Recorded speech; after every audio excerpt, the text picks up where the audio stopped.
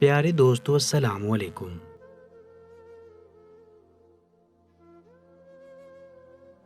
بابا جب سے آئے تھے ایک ہی بات کیے جا رہے تھے، اس نے مار ڈالا، اس نے میری بانوں کو مار ڈالا، وہ تمہیں بھی نہیں چھوڑے گا، دیکھنا وہ تمہیں بھی میرے بدلے کی بھینٹ چڑھا دے گا، نہیں میں ایسا نہیں ہونے دوں گا۔ کچھ دن پہلے صادق صاحب تمہارا رشتہ مانگ رہے تھے اپنے بیٹے کے لیے، وہ لاہور میں رہتا ہے، وہ تمہیں اپنے ساتھ لے جائے گا، میں تمہاری شادی کر دوں گا، اس کے ساتھ میں تمہیں نہیں مرنے دوں گا۔ بیٹا میں تمہارے ساتھ وہ نہیں ہونے دوں گا جو اس نے میری بانوں کے ساتھ کیا۔ اس نے ابان کو مار ڈالا، اس نے میری آنکھوں کے سامنے میری بیٹی کا قتل کر دیا۔ بابا روئے جا رہے تھے، ان کی حالت دیکھ کر گنوا نے بھی کچھ نہ کہا۔ گنوا انہیں کب سے چپ کرانے کی کوشش کر رہی تھی، لیکن شاید غم اتنا بڑا تھا کہ ان کے آنسو ختم ہی نہیں ہو رہے تھے۔ کتنی بے بس تھی آج گنوا، اپنی بہن کو ہر مصیبت سے بچانے والی، آج اسے ایک درندے سے چھڑوا نہیں پائی تھی۔ اسے ابھی تک یقین نہیں آ رہا تھا کہ اس نے ابان کو مار ڈالا ہے۔ ساری رات آنکھوں میں کٹ گئی، نہ بابا نے کچھ کھایا اور نہ ہی اس نے۔ دوائی نہ لینے کی وجہ سے صبح تک بابا کی طبیعت بھی بہت خراب ہو چکی تھی۔ ڈاکٹرز نے ابان کے کیس کو ہاتھ بھی نہ رکھا۔ ابان کی حالت بہت بری تھی اور صاف پتہ چل رہا تھا کہ یہ مار پیٹ کا شکار ہے۔ ایک ڈاکٹر نے تو صاف لفظوں میں کہہ دیا کہ یہ وجود بے جان ہو چکا ہے۔ یہ بات سن کر شاہزر کا بس نہیں چل رہا تھا کہ وہ اس ڈاکٹر کو قتل کر دے۔ اسفر کی بہت منتیں کرنے کے بعد اور انہیں پیسے کا لالچ دے کر آخر ایک ڈاکٹر چیک کرنے کو راضی ہو گیا۔ ویسے تو ہم ایسے کسی کیس پہ ہاتھ نہیں رکھتے، یہ پولیس کیس ہے، لیکن پھر بھی ہم صرف آپ کو دیکھ کر یہ کیس ہینڈل کر رہے ہیں۔ اس نے شاہزر کی طرف دیکھ کر کہا اور اس کا علاج کرنے اندر چلا گیا۔ ارادیہ نے اپنے کچھ دن کی پیکنگ ایسے کی تھی جیسے وہ ہمیشہ کے لیے یہ گھر چھوڑ کر جا رہی ہو۔ ارادیہ یہ سب کچھ تم کیا کر رہی ہو؟ ہم صرف چند دن کے لیے جا رہے ہیں، کوئی زندگی بھر کے لیے نہیں۔ اتنا سامان؟ حمزہ نے سامان کی طرف دیکھتے ہوئے کہا۔ نہیں، مجھے لگا ضرورت پڑ سکتی ہے، اس لیے۔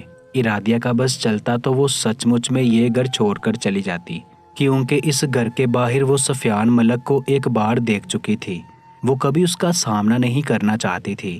نہیں، تمہیں اتنا سامان پیک کرنے کی ضرورت نہیں ہے، ہم بمشکل 4 سے 5 دنوں کے لیے جا رہے ہیں، اور دعا کرو کہ رشتہ ہو جائے۔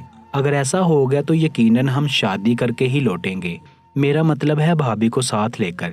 حمزہ شاہزر کے لیے بہت خوش تھا، اس کا بس چلتا تو آج ہی اسے صحرا پہنا کر گوری پر بٹھا دیتا۔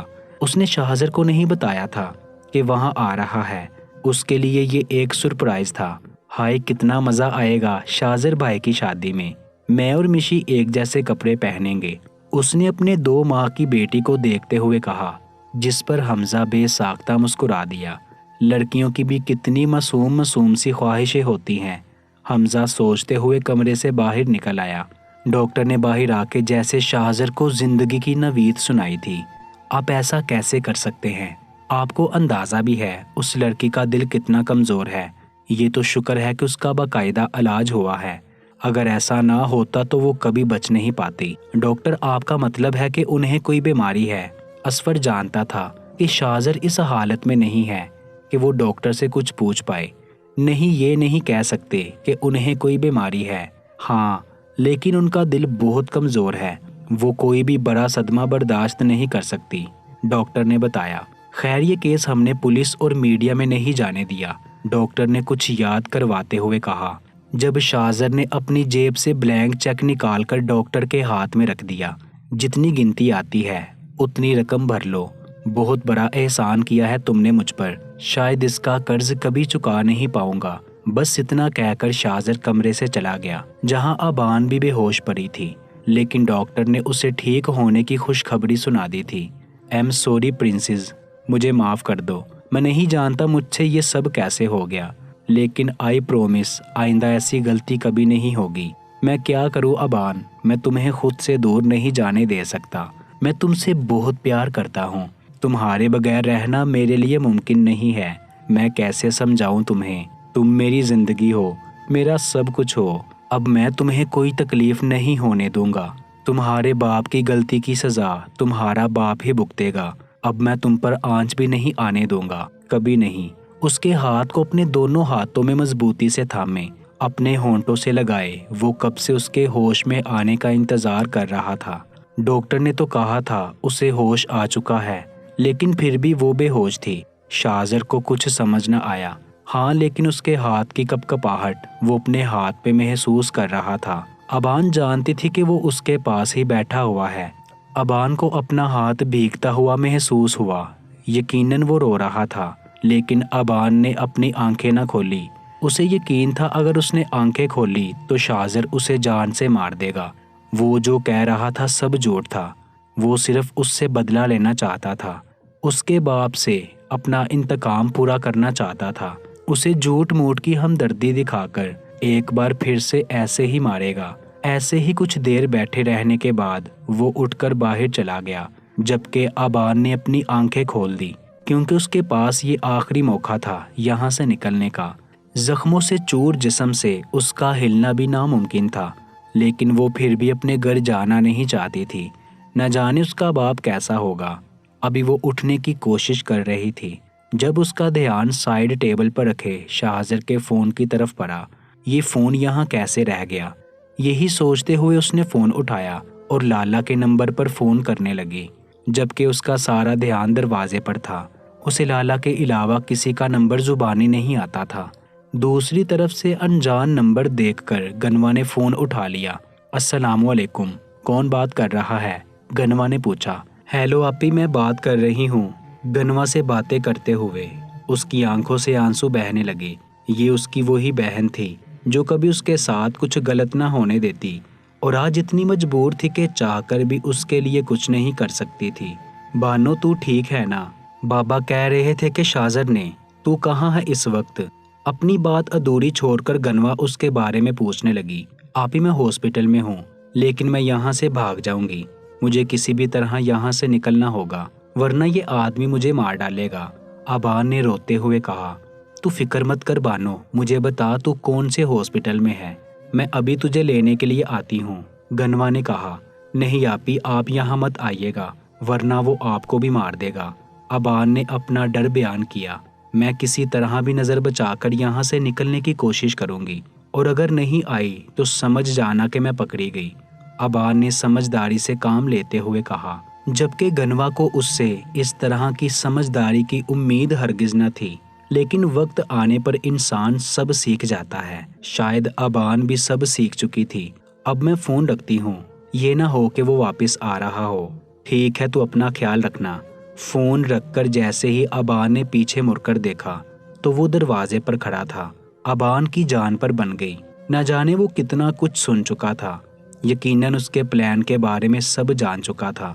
وہ آہستہ آہستہ چلتا اس کے قریب آیا۔ اسے اپنے قریب آتے دیکھ کر ابان کے ہاتھ پیر کانپنے لگے۔ میں تمہیں منع کرتا ہوں، تمہیں میری بات سمجھ میں نہیں آتی نا؟ کیسے سمجھاؤں میں تمہیں؟ شاہزر کا لہجہ نرم تھا، لیکن چہرے کے تاثرات بہت سخت۔ یہ تمہاری آخری غلطی ہے ابان، اس کے بعد تمہیں ہر غلطی کی سزا ملے گی۔ تم سیدھے طریقے سے سمجھنے والی چیز ہی نہیں ہو۔ اب تمہیں میں اپنے طریقے سے سمجھاؤں گا۔ اس کے پیچھے سے اپنا فون اٹھا کر زور سے دیوار پہ دے مارا۔ ریسٹ کرو، ابھی تمہیں آرام کی ضرورت ہے، کل صبح تک تمہیں ڈسچارج کر دیا جائے گا۔ بس اتنا کہہ کر وہ باہر چلا گیا، جبکہ ابان کو یقین ہو چکا تھا کہ اس کے بھاگنے کے بارے میں اس نے کچھ نہیں سنا۔ اللہ کا شکر ادا کر کے وہ ایک بار پھر سے اپنے پلان پر غور کرنے لگی۔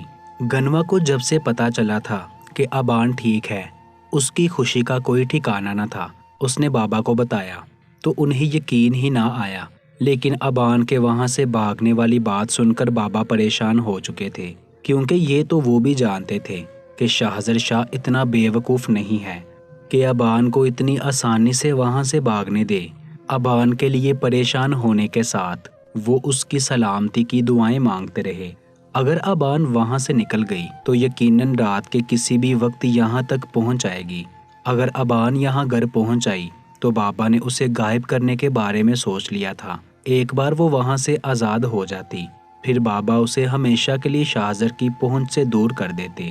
لیکن وہ تو اکیلی دکان تک نہیں جاتی تھی، تو وہاں سے یہاں تک کیسے آئے گی؟ یہاں تک کہ کالج بھی بہت چھوٹے اسکول کے بچوں کے ساتھ جاتی تھی۔ بابا کو ابان کی فکر تھی، اور کیسے نہ ہوتی، وہ تو ان کا خون تھی، ان کے لیے عزیز تھی، جو ان کی غلطی کی وجہ سے کسی کے بدلے کی نظر ہو رہی تھی۔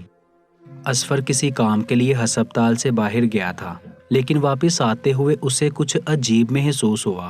اس نے پیچھے سے ابان جیسے کپڑے پہنے ایک لڑکی کو جاتے دیکھا، جو اپنا چہرہ چھپائے چھپ چھپ کر جا رہی تھی۔ کافی دور ہونے کی وجہ سے وہ اسے ٹھیک سے نہیں دیکھ پایا۔ اس نے اسی پر نظر رکھے ہوئے شاہزر کو فون کیا، جو ڈاکٹر سے ابان کے ڈسچارج کی بات کر رہا تھا۔ شاہزر نے 2 بار فون کاٹ دیا، کیونکہ وہ ڈسٹرب نہیں ہونا چاہتا تھا، لیکن پھر بھی اصفر ڈھیٹ بنا رہا، کیونکہ وہ ابان کو دیکھ چکا تھا۔ کیا مصیبت آ گئی ہے؟